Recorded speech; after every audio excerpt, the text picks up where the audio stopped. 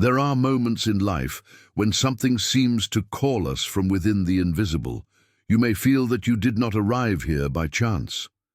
Perhaps it is as if a silent force had guided your steps, placing these words before you at the exact moment your soul needed to hear them. Jung called this phenomenon synchronicity, when external events align with inner movements and reveal that there is a hidden order, wiser than reason. Perhaps in recent times you have noticed that life no longer fits in the same way.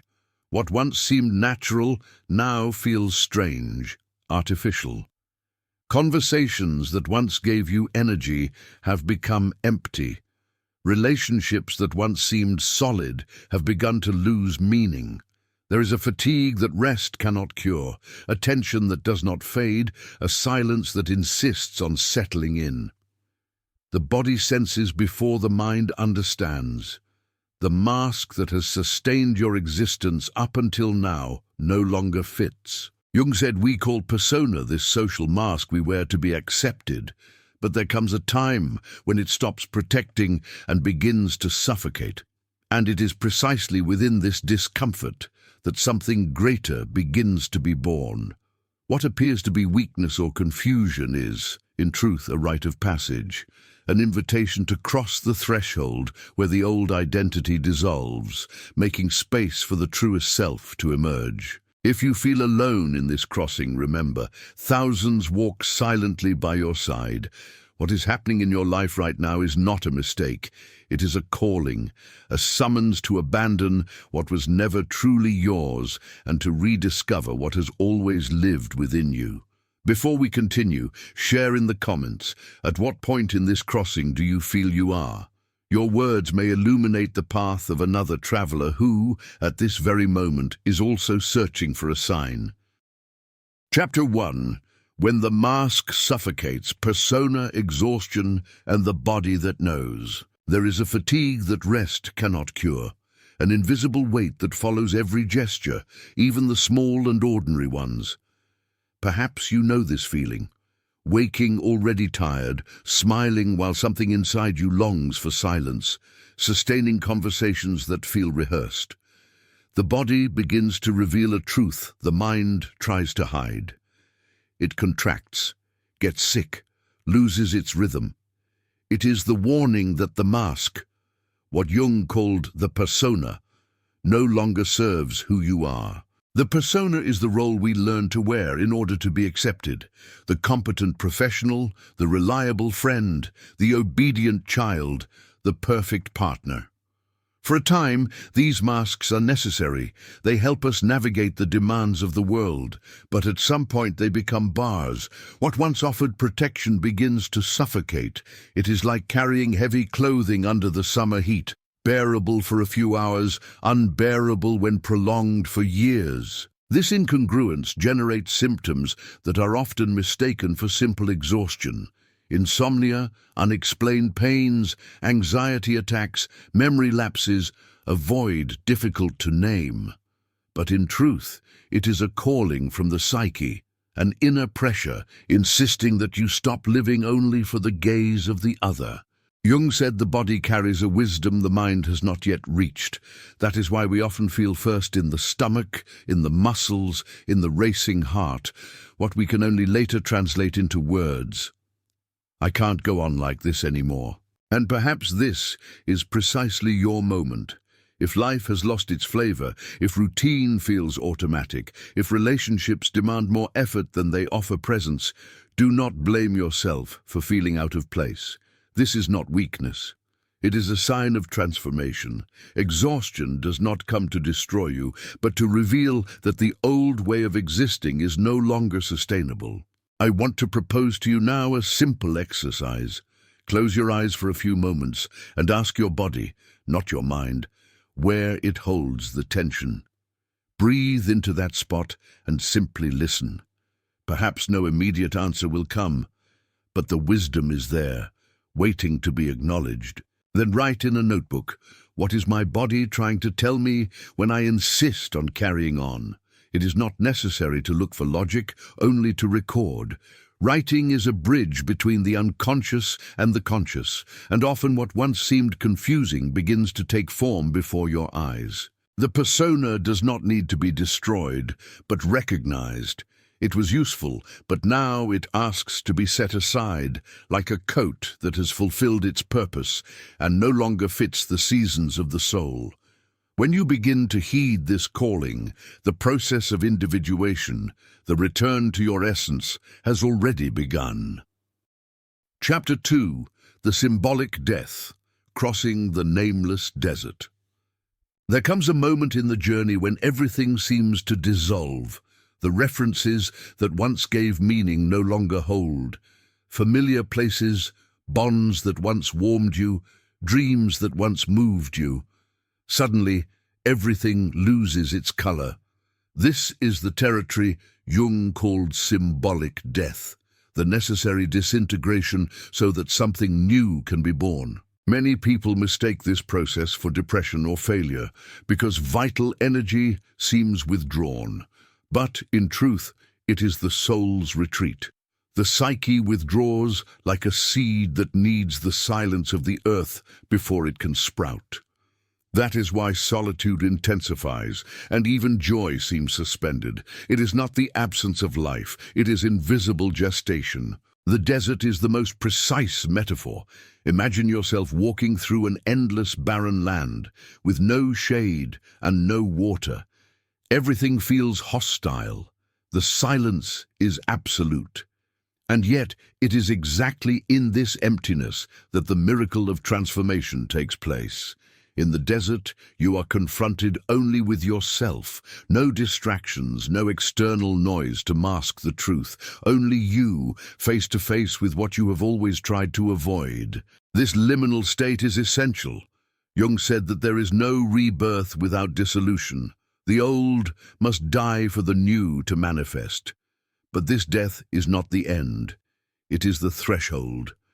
Just as the darkest night precedes dawn, the crossing through emptiness is the announcement that something greater is on its way.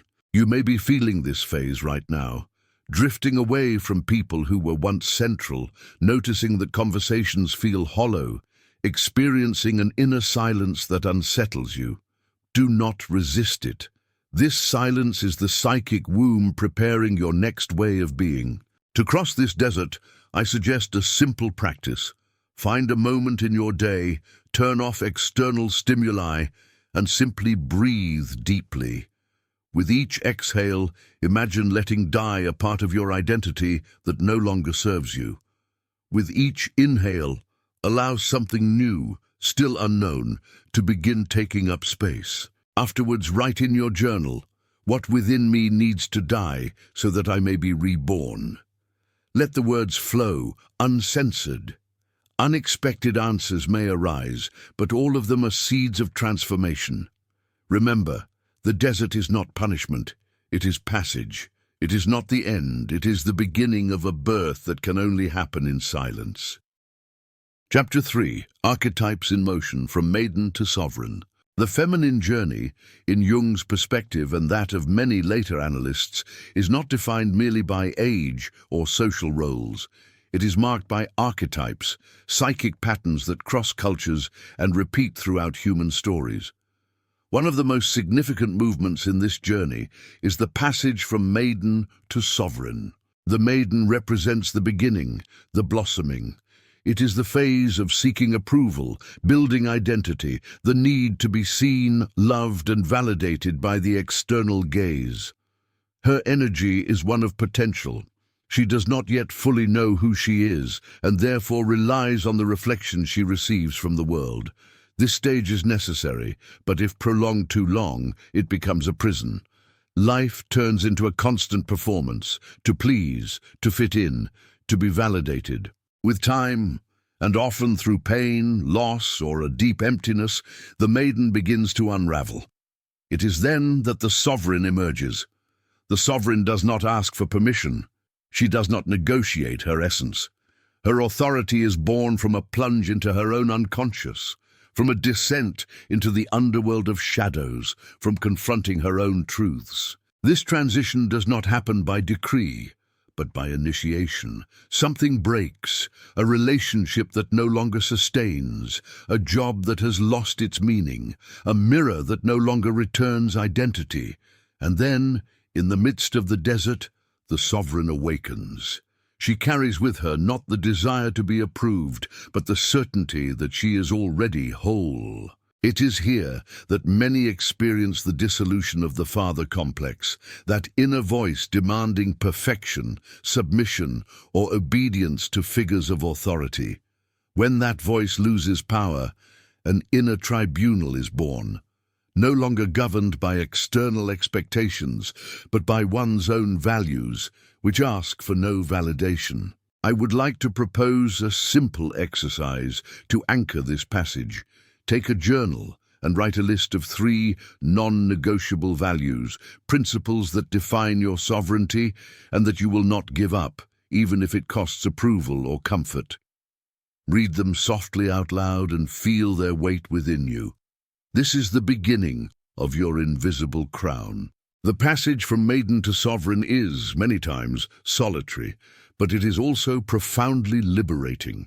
When you recognize yourself as the source of your own authority, something reorganizes. The world ceases to be a stage for performance and becomes a mirror of your truth. And now, I leave you an invitation. Write in the comments of this video one non-negotiable value that is already part of your life. Your sharing may inspire someone else to name theirs as well. Chapter 4. The Shadow as a Reservoir of Power. Among Jung's most fundamental concepts is the shadow, everything we reject in ourselves that was banished to the unconscious because at some point it seemed dangerous to our acceptance or survival. The shadow is not merely a storehouse of weaknesses. Very often it holds precisely the strengths that would make us whole. From an early age, we learn to hide aspects considered inappropriate: anger, ambition, the desire for freedom, boldness, sexuality that does not conform to standards. To survive, we trade authenticity for belonging. But in doing so, we bury vital powers. Jung said that what we do not bring into consciousness returns to our lives as fate. In other words, what we deny in ourselves ends up dominating us, repeating in patterns and pains that seem to come from the outside. The shadow, therefore, should not be feared, but recognized. It is within it that the strength-sustaining true transformation rests. Women who cross the desert and walk toward sovereignty discover they cannot become whole without embracing what they once learned to deny. Anger can be transformed into clarity of boundaries. Repressed ambition can be converted into the courage to build a life faithful to the soul. Desire can be understood as creative energy. The process of integration is delicate. It is not about acting impulsively, but about welcoming these contents as legitimate parts of the self. When a woman can look at her shadow without fear, she ceases to be fragmented and becomes whole. And it is this wholeness that unsettles those still imprisoned by their persona. I propose a small writing ritual. On a sheet of paper, write a letter to the part of yourself you have always tried to hide. It could be to your anger, your desire, your boldness. Do not censor yourself. Simply give voice to that part. Then, read it in silence and ask, "What do you want to teach me?"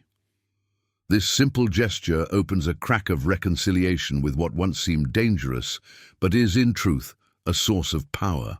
When the shadow is embraced, life ceases to be a repetition of unconscious patterns and begins to become conscious creation. The woman who integrates her shadow does not become perfect. She becomes real. And it is this authenticity that makes her magnetic, not because she seeks to attract, but because she no longer needs to hide. If this content resonates with you, leave a like or share this video. In this way, this message may reach other women who are also in the process of reclaiming forgotten parts of themselves. Chapter 5. Venus, Coherence and Synchronicity. When the World Responds. When a woman begins to free herself from the persona and integrate her shadow, something invisible also shifts around her. Jung described this phenomenon as synchronicity, meaningful events that seem orchestrated by a greater intelligence responding to the inner movement of the soul. It is as if the universe reflects the change from the inside out. Suddenly, doors open effortlessly. People appear at the exact right moment. Opportunities arise with almost surgical precision. None of this is coincidence. Inner coherence, once attained, radiates a frequency that reorganizes the external world. What once seemed like struggle begins to flow. In this process, a fundamental aspect awakens. Venus, not only as sexuality, but as the vital energy that moves, creates, and connects. It is the same force that generates life, inspires a work of art, and sustains spirituality. When repressed, Venus becomes emptiness, apathy, disconnection. When integrated, it transforms into natural magnetism, into pulsing creativity, into living presence. Here lies the difference between performing and being. While the persona seeks to seduce in order to be accepted, the woman connected to her own Venus requires no effort. Her mere existence radiates authenticity. She does not worry about attracting. She is. And it is precisely this presence that makes the world respond in synchronicity. Perhaps you have already felt this, the sudden clarity upon meeting someone who seemed made to measure for that moment, the sense that a book, a phrase, or an encounter arrived at the perfect time, or even a symphony of coincidences that seems impossible to explain by logic alone. All of this is life echoing your inner transformation. I would like to propose an exercise in inner coherence. Close your eyes and breathe deeply. Imagine inhaling light through your heart, and as you exhale, that light expanding throughout your body. Repeat until you feel alignment between thought, emotion, and breath. This state of coherence not only calms the mind but also tunes you to the frequency that attracts synchronicities. Remember, this is not about manipulating reality with magical techniques, but about aligning yourself with what is already true within you. The fewer inner contradictions you carry, the fewer contradictions the world returns to you. When Jung studied the phenomenon of synchronicity, he concluded that the deeper meaning of life is revealed not only through what we plan, but through what manifests when we are aligned with the self. The universe does not obey the force of control, but responds to the vibration of authenticity. It is at this point that you begin to understand there is no need to chase life. When you anchor yourself in your own truth, life comes to you. Chapter 6. Initiatory Solitude and Transgenerational Legacy. There comes a point in the crossing when solitude ceases to be circumstantial and becomes existential. It is not only about being physically alone, but about feeling separated from old references, from the bonds that once sustained identity, from the roles that no longer serve. Jung called this the orphanhood of individuation, the moment when the individual ceases to blindly belong to the collective in order to inhabit their own uniqueness. This solitude is not punishment, it is initiation. Every archetypal passage requires a space of emptiness, where the old has already died, but the new has not yet fully been born.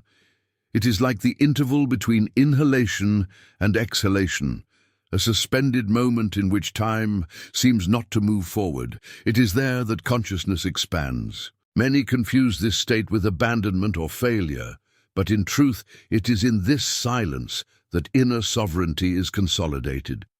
Without witnesses, without applause, without recognition, it is in the secrecy of the soul that the invisible crown is placed. True power never arises under spotlights, but in the hidden place where no one sees. At the same time, this solitude is paradoxical. Although you may feel separated, something much greater begins to move within you. The call of the lineage, the awakening of memories that are not only yours. Jung taught us that we carry in our unconscious not only our own experiences, but also the contents of the collective unconscious. And it is at this point that many sense the presence of their ancestors. Perhaps you have already felt this, a dream with a grandmother long past, an ancient emotion that seems not to belong to you, a pain that cuts across generations. This is what we call transgenerational inheritance, patterns of silence, submission, pain, and strength that pass from mother to daughter, from grandmother to granddaughter, like an underground river. When you choose to interrupt these cycles, you are not only liberating yourself, you are liberating the entire lineage. The shadow you integrate, the boundary you establish, the truth you honor, all of it heals not only your own story, but reverberates backward and forward in time. Every step toward authenticity resonates as liberation for those who came before and for those yet to come. To anchor this awareness, I suggest a practice. Choose a woman from your lineage, mother, grandmother, aunt, or even an ancestor you never met, and write a letter of recognition. Tell her what you have perceived in her life, what you learned from her silence or her pain, and declare what you now choose to do differently. This symbolic gesture creates a bridge between generations and seals your decision to break the cycle. Thus, solitude ceases to be emptiness and becomes sanctuary. The inner desert transforms into a temple where not only you are healed, but an entire lineage finds rest. Conclusion: serene sovereignty. When Jung spoke of individuation, he did not describe an easy path, but an inevitable process for those who feel the call of the soul. It is a journey of dissolution, crossed through silent deserts, confrontations with the shadow, and solitudes that seem unbearable, but it is also a rebirth. What once appeared as emptiness gradually reveals itself as fullness. You may have realized throughout this video that nothing you feel is a mistake. Exhaustion, confusion, isolation, all of it is part of an archetypal process that thousands have lived before you. The woman you once were is dying, so that the woman who has always existed may finally live. This is not weakness, it is sovereignty. To be sovereign does not mean to have absolute control over life.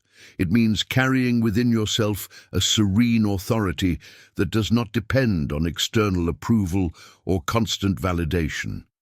It is the recognition that your truth is enough, that your presence is already a contribution. This is the legacy of individuation, not the conquest of something new, but the return to what has always been within you. As you arrive here, remember, your transformation is not only personal. Every step you take reverberates into the collective, heals wounds of the lineage, and opens paths for those who will come after. The work is silent, yet powerful. It does not need witnesses to be real. I leave you an invitation. Write in the comments how this video touched your own crossing. Your words may be the solace someone else is needing to find. Subscribe to the channel to continue this journey with us, and share this video with someone who may also be walking through the same desert. The woman you are becoming already exists. She has always been there. Now is the time to honor her and to live from her.